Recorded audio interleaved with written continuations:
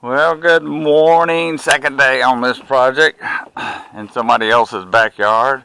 Again, this is what the backyard looks like. So what I'm doing is it's kind of raining just a little bit. So I've got my setup here. All right, this device right here, it's called a stop. All right, these all need to be 35 inches. So what I do is I set the stop up at 35 inches.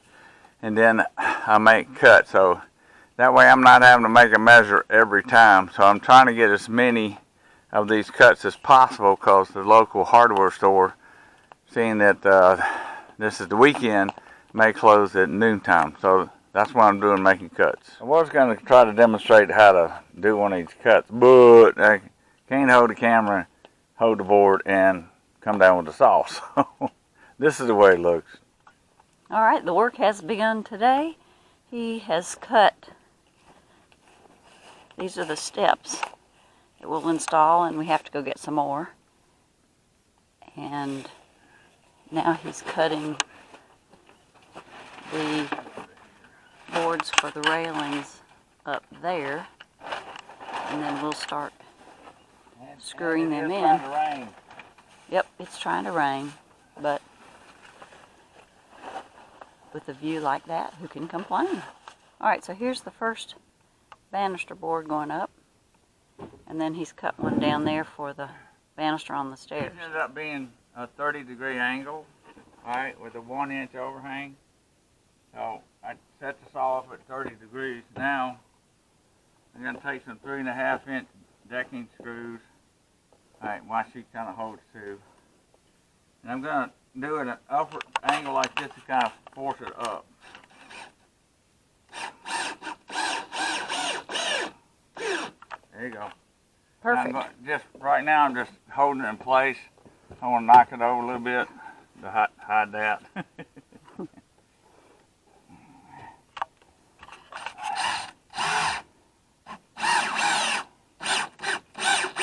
Alright, now we got to come back and put more screws, but that's the beginning. Very good. So same thing with this one. This one's ready to be screwed down. Okay. You know, so start down there, make sure that we got a 45-degree joint. All right, let me give you an update. All right, you hear some tapping going on, and that is Jane removing these rotten boards. That's what she's doing. Let me go show what I'm doing.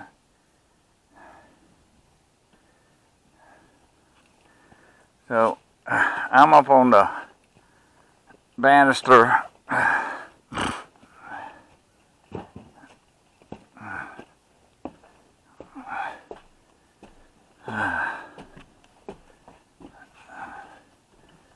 Alright. Now I'm replacing all these banisters that rotted out. Alright, and so this was a funky little cut right here, double cut, to get these to line up. Okay, so now I got to come down here. Also I did some shims trying to straighten this post and that post. I did get them up a little more straight, but they're just bent, but made a little better. So I have to cut right here to be able to keep going. If not, see how it's catty-wonkered off of the way it's supposed to be. And by the way, it's starting to get a little cool. All right, get this off my butt. Alright, I'm actually going to be using a Paslow framer. It has nails that look like this. That's the nails. Right? The reason is there is no, if you look over there wasn't any kind of nailing surface. So I've got to put this right here so that when I get ready to do my new 2x4, it's going to stretch across here, then it's got a screw surface.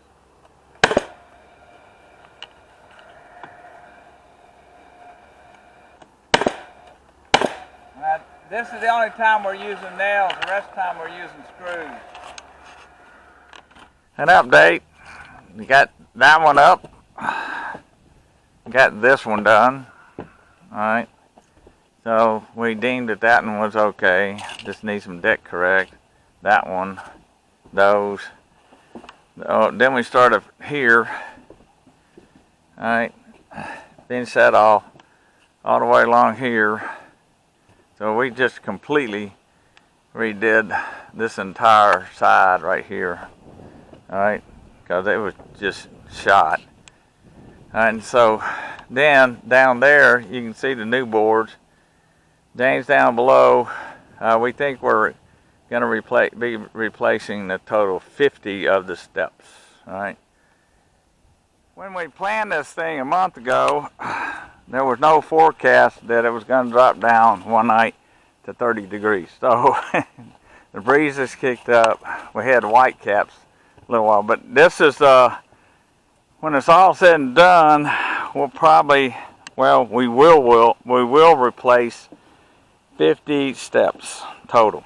All right, and whenever you got this situation, all right, do your little one on the inside and your big one on the outside. We're probably gonna replace, let me see, come back up right here just for a second.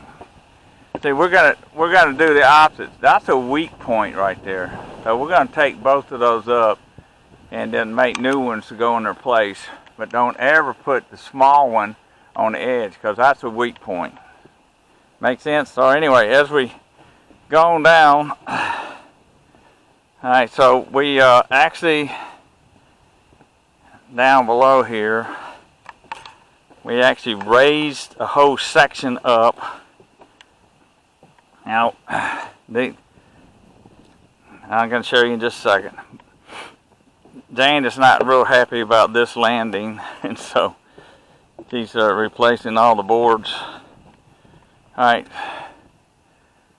so what we did, alright, I still got the banisters to do on both sides. And what we did right here is we actually, this was a tripping point right here. Right there was a tripping point, because this section had fallen.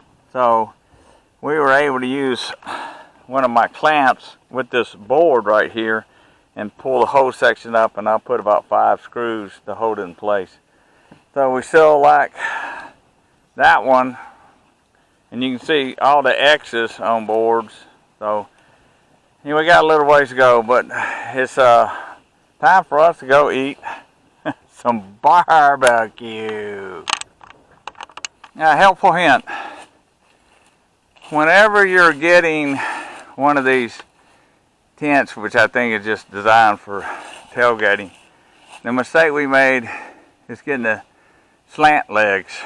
What you need to do, or what we need to do, is get the ones that go straight up and down. They're more secure.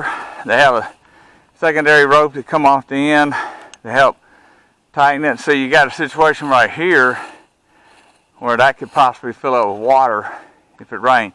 So the lesson we learned is no more of these sloping legs.